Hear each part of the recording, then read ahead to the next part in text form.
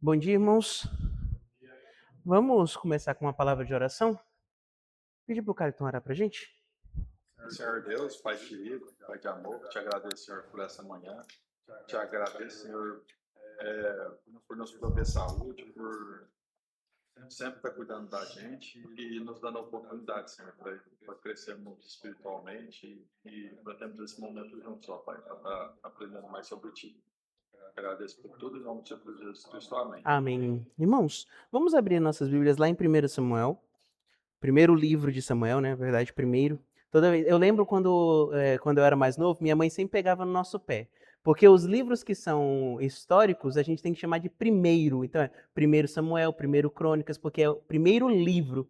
E as cartas de Paulo são as cartas, né? Então, é primeira João, primeira Coríntios, é sempre que é a primeira carta. Então, eu nunca esqueci disso. Então, primeiro Samuel, capítulo 12, versículo 24. Quem encontrar pode ler pra gente.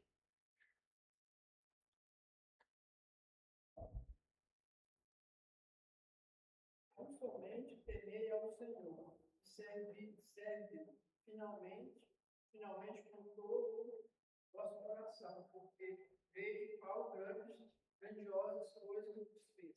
Amém, meus irmãos? Olha, nós temos visto, então, nas lições, dividindo os capítulos, né? Então, do capítulo 1 até o capítulo 4, até o capítulo 3, nós vimos a primeira lição, falando sobre ali a experiência de Ana, da família de Eli.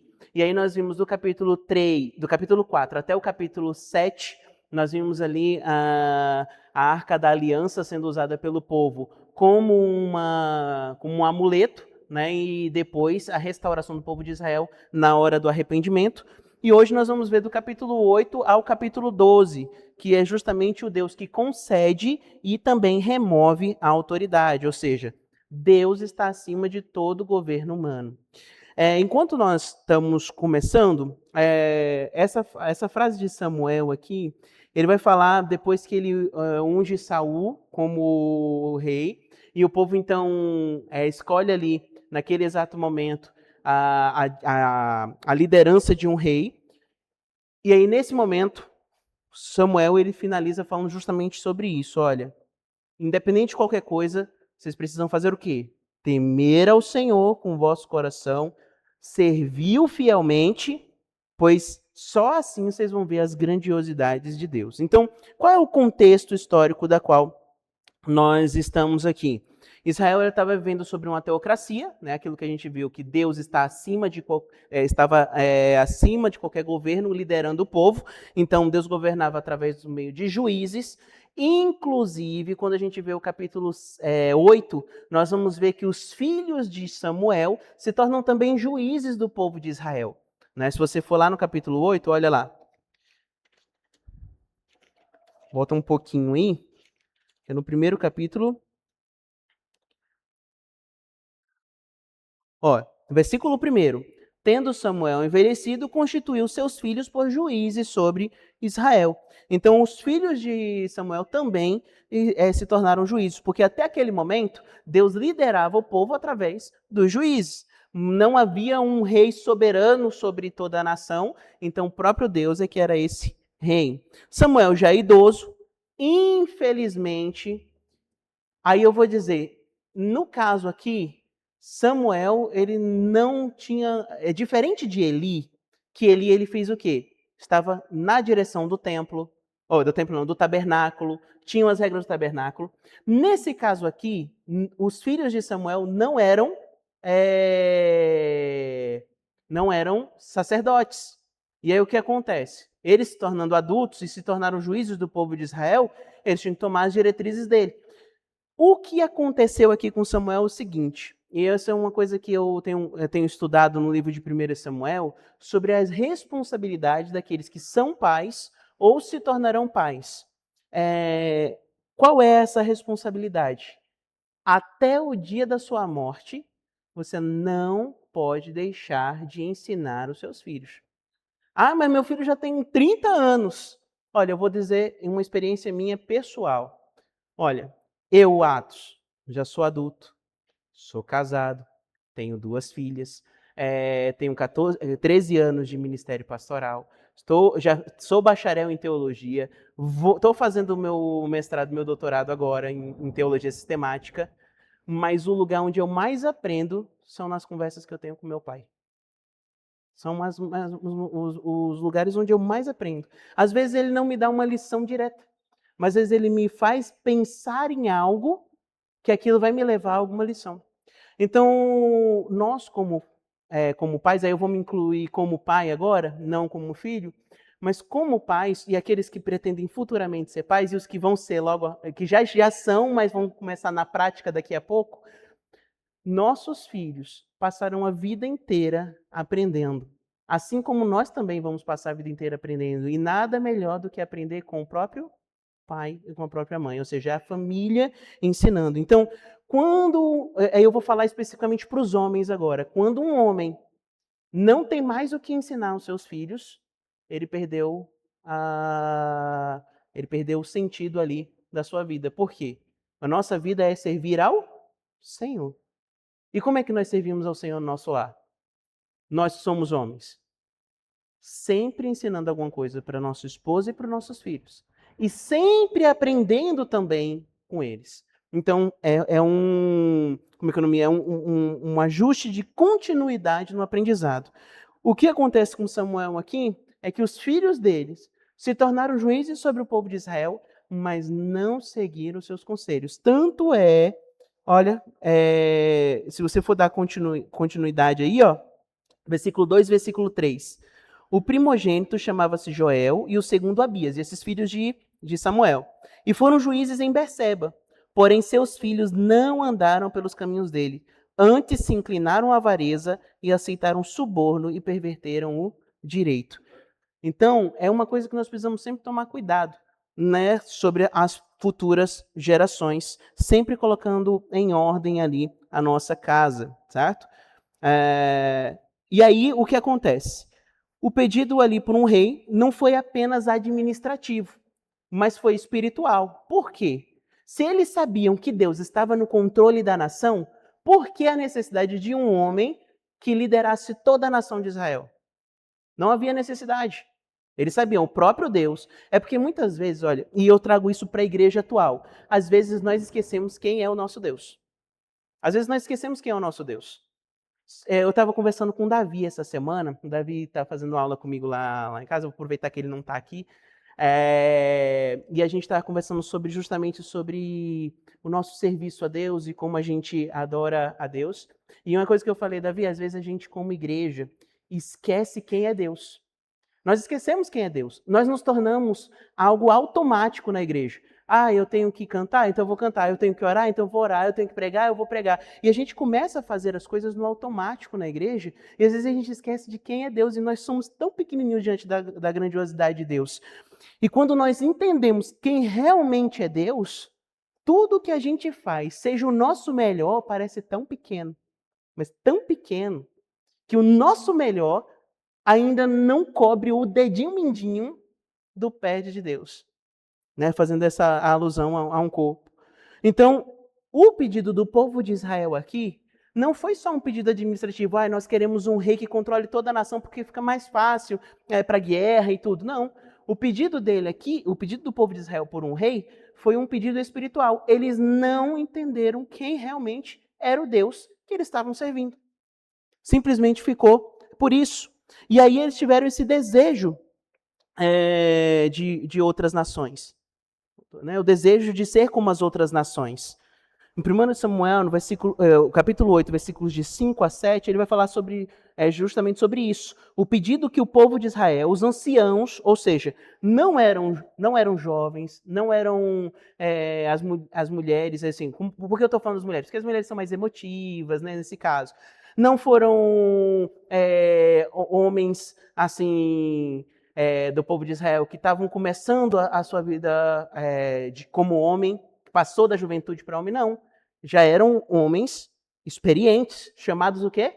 Anciãos. Ele diz, olha, então os anciãos de todo Israel se congregaram e vieram a Samuel. E o que foi que eles falaram? Versículo 5. Vê, já estás velho e teus filhos não andam pelos teus caminhos. Constitui-nos, pois, agora um rei sobre nós para que nos governe, como o tem todas as nações. O que se espera de alguém que é mais velho? É uma sabedoria. Pode-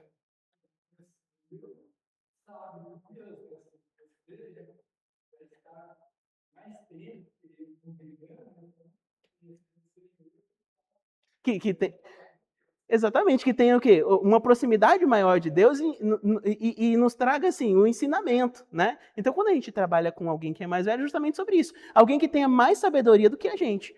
Por exemplo, quando eu olho para os irmãos aqui da igreja, eu sempre converso com os irmãos, né? E o que acontece? Eu sempre tento extrair alguma coisa de sabedoria do pastor, do irmão Ricardo, do irmão Lamuniel, do irmão Eli, do irmão Luiz, sempre eu estou conversando com o irmão Luiz. Então a gente tenta o quê? Como mais novo, pegar o quê? A sabedoria da vida que viveram.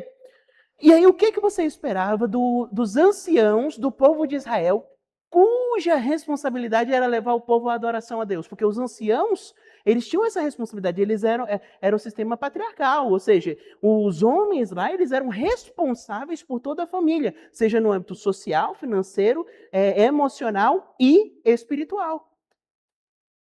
E eu sou mais velho, extraindo mais dessas tecnologias. Mas é verdade.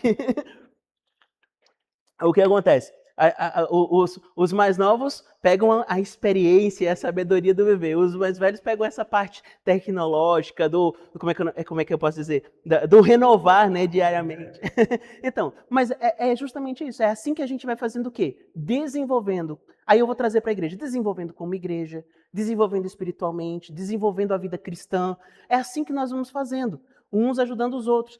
E aí o que acontece? O que você esperava do povo de Israel, dos anciãos, aqueles que lideravam o povo? Que levassem o povo a uma adoração a Deus e entender realmente quem era o Deus deles. O que eles fizeram? Não, olha, para que a gente seja parecido com as outras nações, nós queremos um rei. Levando o povo, de forma espiritual, a ficar longe de Deus. E aí, qual o princípio que nós podemos extrair isso? O problema não era querer uma liderança, mas era rejeitar o governo direto de Deus. Porque eles tinham a liderança. Eles tinham Samuel. Eles tinham sacerdotes. Apesar dos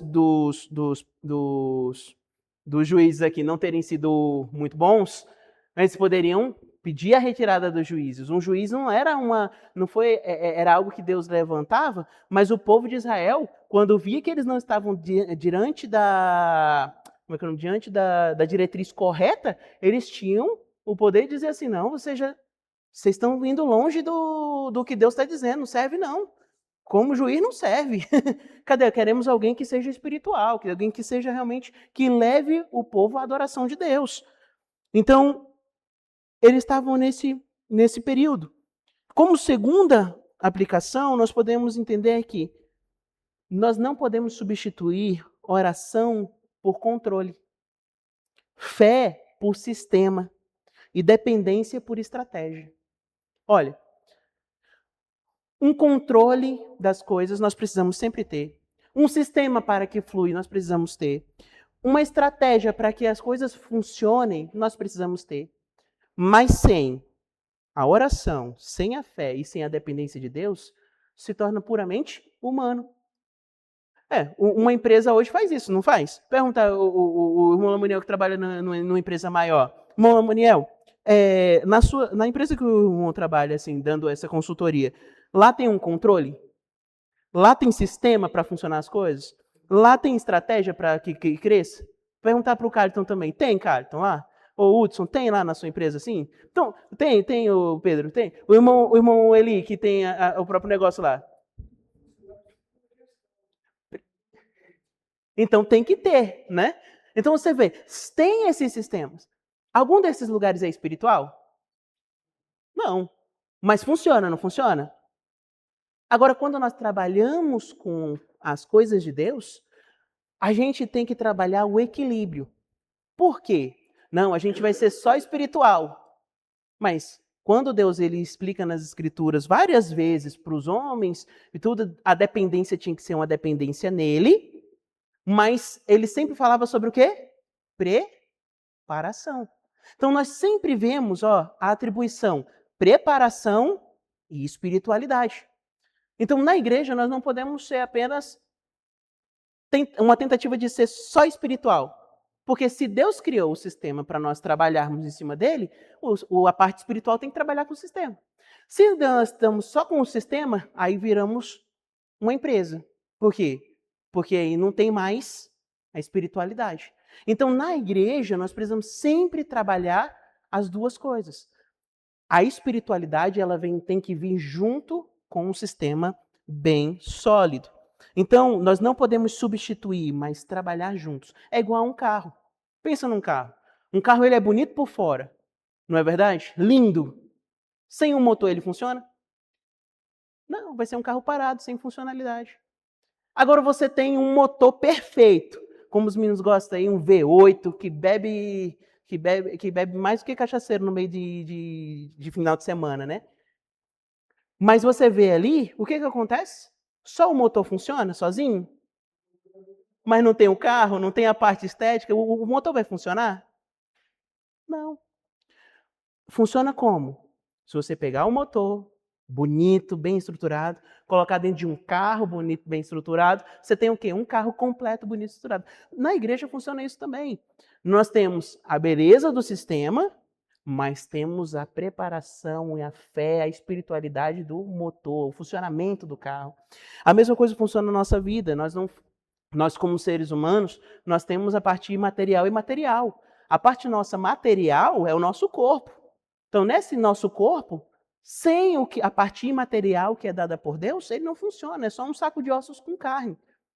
Agora, quando nós colocamos a parte de Deus, né, a parte imaterial, ele funciona. Então, nessa vida, né, precisamos trabalhar sempre com isso. Nós não podemos substituir, mas temos que equilibrar. E aí, meus irmãos, Israel estava vivendo justamente nesse período. Mas aí o que diz no versículo 7? Porque quando eles pedem ao Senhor um rei para que reine sobre eles, olha o que o Senhor disse a Samuel. Porque Samuel, naquele momento, ele se entristeceu. Olha o versículo 6. Porém, essa palavra não agradou a Samuel. Quando disseram, dá-nos um rei para que nos governe. Então Samuel fez o quê? Não, vocês já têm Deus, eu vou jogar uma praga em cima de vocês, vou amaldiçoar a vida de vocês por causa disso? Foi isso que Samuel fez? Não, a primeira coisa que ele fez foi, não, Senhor, deixa eu orar ao Senhor, eu quero saber o que o Senhor quer disso. Aí ele vai orar, e aí Deus diz a ele, atende a voz do povo em tudo quanto te diz, pois ele não rejeitou a ti. Ele rejeitou a quem? A mim. Olha, pois a mim me deixou e a outros deuses serviu, assim também o faz a ti. Então, Deus coloca ali para Samuel, o pedido do rei não foi apenas um administrativo, mas foi uma rejeição espiritual. E aí vem a rejeição de Deus por estratégias humanas. Foi exatamente o que o povo de Israel fez. Deus, ele concede autoridade, mas ele vai alertar o povo de Israel. Do versículo 10 do capítulo 8 até o versículo 22, que é o final, Deus ele dá uma diretriz para o povo de Israel de tudo o que viria a acontecer. E essas coisas que viriam a acontecer foram ignoradas pelo povo de Israel. Então, o que Samuel descreveu qual era o custo de um rei? Se você vê lá do versículo 10 até o versículo 22, ele listou pelo menos 3 coisas que eu vou fazer uma resumida nos 3. Primeiro, os impostos que seriam cobrados para que funcionasse o reinado. Primeira coisa seria essa. Segundo, o recrutamento forçado. Mesmo que eles não quisessem, eles teriam que fazer, porque o rei precisava. E terceiro, a perda da liberdade, porque agora eles não escolheriam mais. E o rei dissesse para... Imagine, o rei chegar no Carlton e dissesse assim, Carlton, é o seguinte, sua filha já está prometida para o meu filho e eu não quero saber. Vai ser ela e acabou. Você não tinha opção. Entende? Então... Hã? Pronto. Hoje a gente tem como é que é o nome? Um resquício disso nas regiões de favela e tudo, né? Que é assim, diz assim, ó, eu gostei da sua filha, vai ser a sua filha e acabou. Se você não quiser, a gente mata você e fica com ela, tranquilo. É assim que funciona. O povo de Israel, os reis também faziam isso. Não é à toa que futuramente o que acontece com Saul, que vai ser o rei? Ele repudia sua esposa E o que ele faz? Começa a dormir com as concubinas. Aí o que acontece com Davi? Vê Batseba, gostou de Batseba, o que ele fez? Traiu, primeiramente Deus, traiu Urias, que era um servo fiel a ele, dormiu com Batseba e ainda mandou matar ele. Vê Salomão não pensou duas vezes, não, eu quero 700 mulheres, 300 concubinas. Acabou. Tinha esse poder de fazer. Foi uma perda de liberdade para o povo. E mesmo assim o povo insistiu. Como princípio, meus irmãos, Deus pode permitir escolhas erradas como forma de disciplina pedagógica. O povo de Israel, a partir daquele momento, ele sofreu. Por quê? O primeiro rei de Israel começou excelentemente bem. Que foi quem? Saul. Terminou seu reinado de forma trágica. Segundo rei de Israel foi Davi, um homem segundo o coração de Deus, mas que levou o povo de Israel em um pecado a perder 700 mil homens, que foi no recenseamento. Temos o terceiro rei de Israel, quem foi? Salomão. Começou excelentemente bem, pedindo sabedoria a Deus. Depois o que fez? Levou o povo à idolatria, trazendo deuses e templos fora de outros deuses para dentro do povo de Israel. A partir de Salomão, aí pronto. Aí se o que estava ruim já estava ruim, piorou. Porque aí no filho de Salomão, o que aconteceu? O reino se divide. No reino do norte, não teve. Reino do sul, não teve. Ai, agora eu confundi. Reino do norte, não teve nenhum rei que serviu a Deus. Nenhum.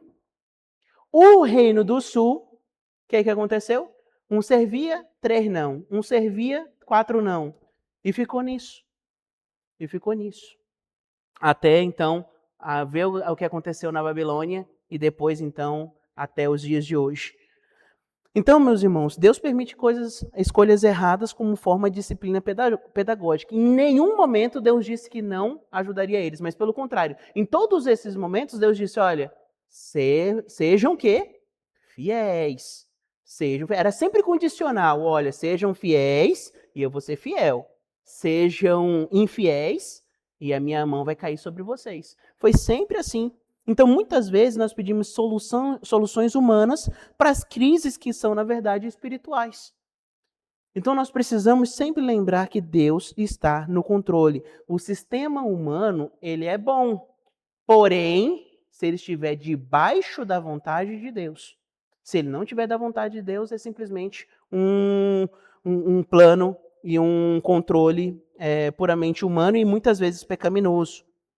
E aí, meus irmãos, a gente tem, então, o curso da escolha, né, que o Samuel falou, que é justamente ali. Olha, os impostos, que o rei tomaria o dízimo das colheitas e dos rebanhos, o recrutamento, filhos e filhas seriam forçados ao serviço real, e a liberdade, o povo se tornaria servo do sistema que eles mesmos pediram.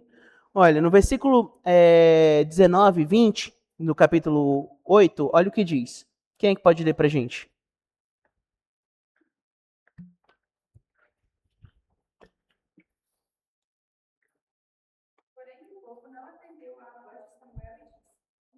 Queremos um rei sobre nós.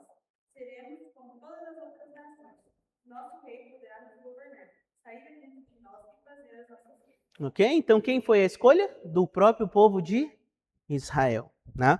Então, não haveria ali. Então, Deus pode permitir justamente coisas erradas para que o seu povo aprenda através das consequências dessas escolhas.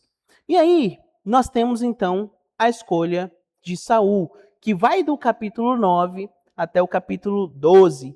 Dentro desse período, nós temos ali Saul, que ele foi escolhido, ungido e advertido a viver de acordo com a vontade de Deus. 1 Samuel, do capítulo 9 ao capítulo 10, nós vamos ver alguns atributos aí que foram valorizados. Porque, primeiramente, sobre Saul. Saul tinha uma boa aparência, ele tinha altura, ele era de origem humilde, e Deus escolheu ele graciosamente, não por mérito. Tá? O que acontece? Saul, ele começou a aparecer no momento em que ele era humilde. Olha, quem foi um outro homem que foi escolhido por Deus também era humilde? Era muito parecido. Davi. Foi igualzinho. Davi não era um homem de boa aparência? Diz lá que até que ele era ruivo, tinha uma boa aparência, não é verdade?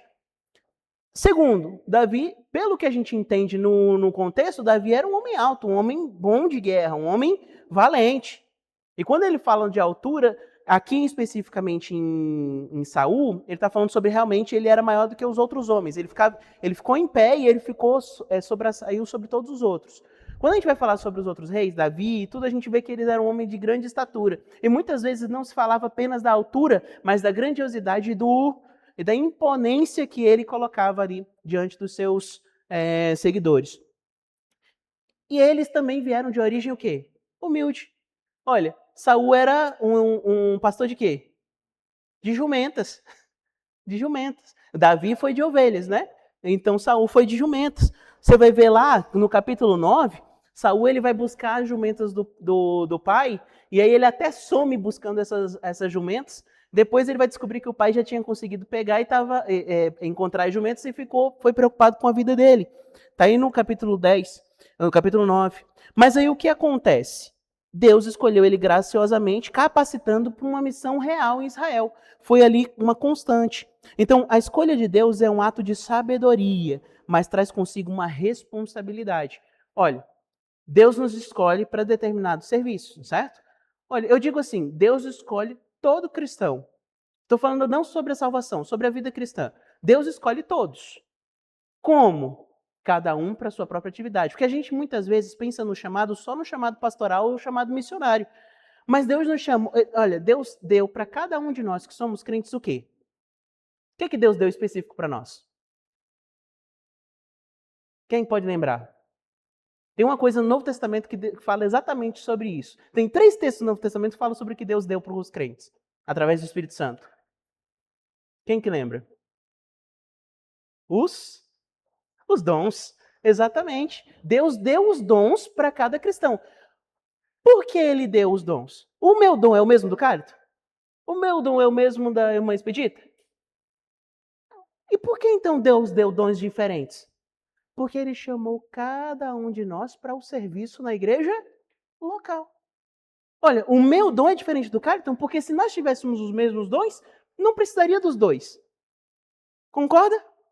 Cada um de nós tem um dom dado por Deus, através do Espírito Santo, para o trabalho na igreja local. Então, Deus chamou a todos nós. Houve um chamado específico para o ministério pastoral? Sim. Para o ministério missionário? Sim. Mas isso não isenta do chamado que Deus dá para cada cristão de servir a Ele na casa dele, na igreja local. E o que acontece? Deus, ele escolhe por um ato de soberania, mas ele não nos isenta da nossa responsabilidade. Olha, quando nós estivermos nos céus, Paulo vai falar sobre isso em 1 Tessalonicenses, que ele vai falar sobre... agora eu confundi se é 1 Tessalonicenses ou é outro texto. Sempre confundo, que ele vai falar... 1 Tessalonicenses, ele vai falar sobre os galardões. Ele vai falar que nós vamos depositar os galardões e vamos receber os galardões. Ele fala assim, que alguns vão passar como o quê? Como que pelo fogo. Vão ser salvos, vai passar pelo fogo. Mas por quê? Porque não fizeram nada com os dons e talentos que Deus deu. Então nós, como cristãos, não podemos simplesmente enterrar o nosso talento.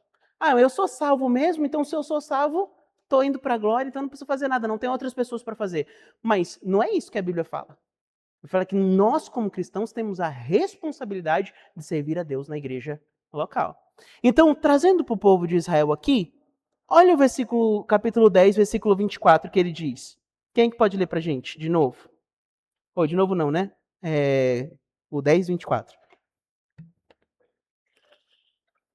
Então, Samuel acordou, eles já ele sobreviveu, porque todo o povo não há nenhum semelhante a ele. Então, todo o povo viva o rei. Certo? Então, o que acontece aqui?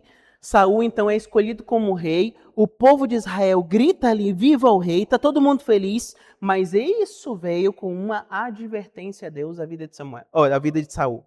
A primeira advertência foi que a autoridade vinha com responsabilidade espiritual. Tanto é que no início do reinado de Saul, Saul ele foi um homem que viveu segundo os princípios de Deus.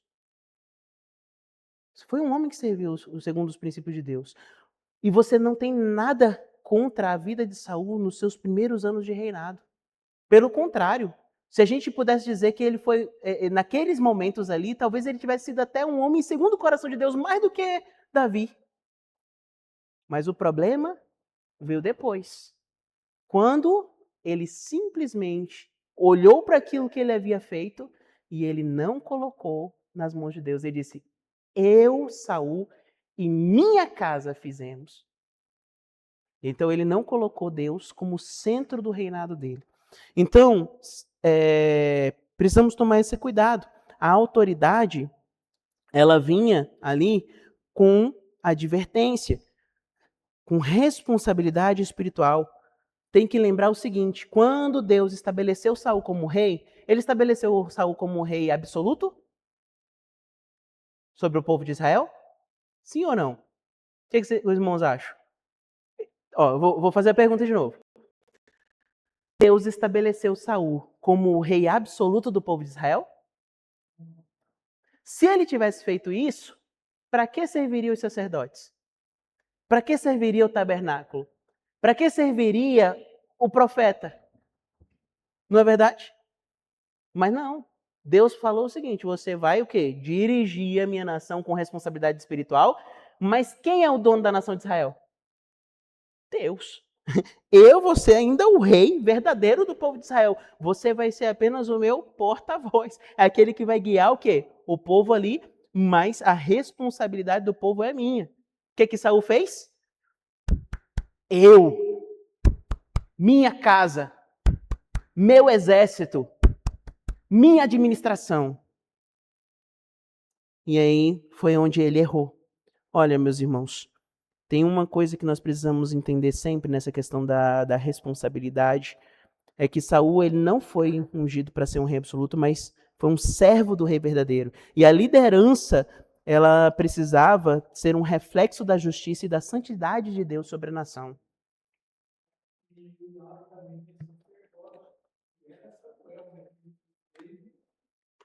Era profeta e sacerdote. Tanto é hoje, eu sei que é hoje. Tô brincando. Mas a autoridade, justamente sobre isso. A autoridade humana foi delegada por Deus e deve ser exercida sob sua soberana vontade. Então, é justamente sobre isso que o irmão Amoniel falou. Ainda tinha o sacerdote de Deus e o profeta de Deus. Ou seja, quem era... Vamos lembrar aqueles dois termos. O que é um sacerdote? Mas qual é a responsabilidade principal dele? Que a gente falou? Não. E é o contrário. Representar os homens diante de Deus, né? Todas essas aí são atribuições da atividade do sacerdote. Mas o principal papel dele é o quê? Representar todo o povo diante de Deus. E qual é a responsabilidade do profeta? Exatamente, é o contrário, né? Representar Deus diante do povo. Então você vê, uma mão. Qual dessas atividades foi dada para Saul? Nenhuma. Samuel continuou sendo um sacerdote que servia a Deus, tanto é que na hora de fazer os sacrifícios, quem é que fazia antes das guerras, antes de alguma decisão importante? Samuel, que ia lá e oferecia holocaustos e fazia tudo, seja no tabernáculo, seja fora. E quem é que trazia a palavra de Deus para o povo? Samuel também, era o representante de Deus diante do povo. Então, nenhuma dessas atribuições era de Saul. Para que Saul entendesse que ele não era soberano absoluto sobre o povo de Israel, mas Deus era o soberano absoluto sobre o povo de Israel. Então, a nossa autoridade humana ela é delegada por Deus e deve ser exercida sobre a soberana vontade de Deus. Então, nenhuma autoridade humana está acima da lei e do governo supremo de Deus. E aí a gente tem as condições para a permanência do reino de Saul, que aí está lá, capítulo 12, versículo 24. Quem é que pode ler pra gente aí? 12, 24. Que foi o que a irmã Expedita leu no início.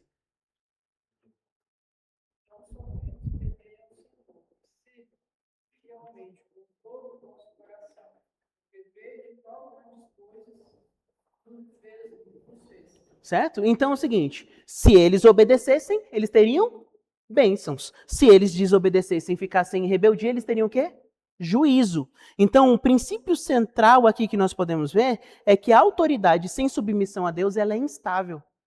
Porque, olha, pensa comigo, nós, seres humanos, não tem dia que a gente acorda bem, parece que o dia vai fluir? Né? Aquele dia assim maravilhoso. Mas tem dias que a gente acorda que parece que a gente brinca, né, dizendo que acordou com o pé esquerdo, né? Até uma mandiga que o povo fala, né? A gente acordou com o pé esquerdo, que é tão ruim que o dia foi, ou a dificuldade, até para levantar da cama nem dá. Por quê? Nós somos seres o quê? Emocionais, somos seres biologicamente falando que estão ligados a uma questão bioquímica. Nosso corpo funciona dessa maneira.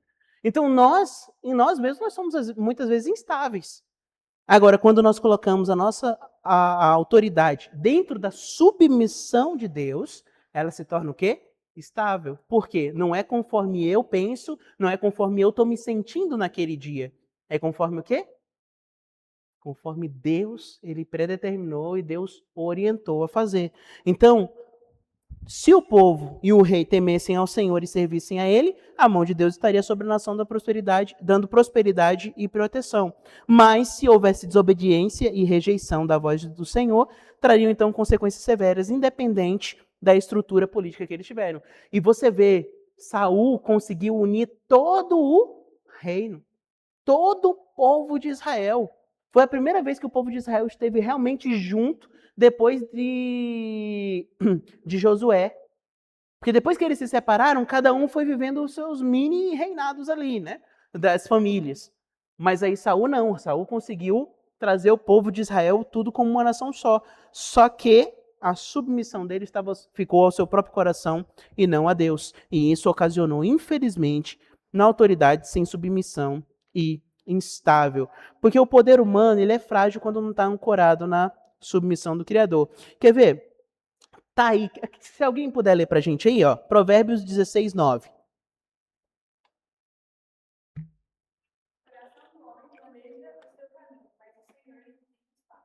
Okay? Então, o coração do homem planeja o caminho. Mas se não for o Senhor que estiver dirigindo os passos, vai ser um caminho mau. Exatamente. Há caminhos que ao homem parecem ser bons, mas no final dão em caminhos de perdição. Ou em outra tradução, né, de morte. Então, a autoridade que Deus concede, ele também pode remover se houver desobediência e falta de temor, que é justamente o que houve com a vida de Saul. Então, irmãos, para nós finalizarmos, precisamos ter o temor do Senhor como base da nossa vida. Em 1 Samuel, o que a irmã leu, justamente fala, tão somente temei ao Senhor. Então, o segredo para uma boa liderança, para uma vida estável, não está em sistemas perfeitos. Ele está em quê? No temor genuíno e na gratidão à fidelidade de Deus. Então, sempre, o que nós podemos chegar à conclusão da vida de Saul aqui, da escolha do povo de Israel, é que Deus continuou sendo rei. Olha, Salmo 47:7 diz o seguinte: Deus é o rei de toda a terra. Então, sistemas humanos mudam, não é verdade? Os sistemas humanos mudam. Por exemplo, vou dar um exemplo da nossa igreja aqui. Quantos pastores a igreja aqui já teve? Os irmãos são mais... Tá. Quantos pastores a igreja aqui já teve?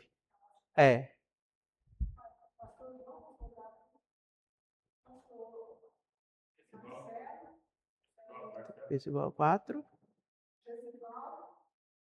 E o pastor Altair, 5. E o pastor Jamil. Então, vocês tiveram 6 pastores ao longo aí de quantos anos? 50 anos? Deu 30, né? Mais uns 15 anos? Mais ou menos isso, né? Mas... 80? Então tem 46 anos. Né? Então, no total da igreja, né, tem... Aí tem mais tempo, então. Ah, então mais ou menos uns 50 anos. Todos os pastores foram iguais? Não. Cada um teve suas características, cada um teve a sua estratégia, cada um teve a forma de trabalhar, a sua filosofia de ministério, não é verdade?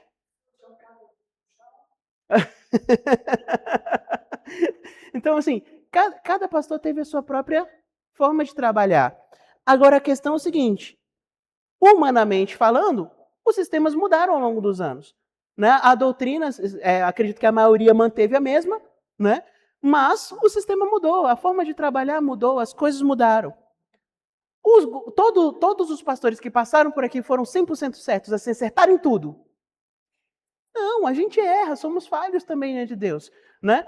Agora, assim, Deus é que está no controle, certo? Então, quem é que reina soberano sobre tudo isso que aconteceu nos últimos 50 anos da igreja?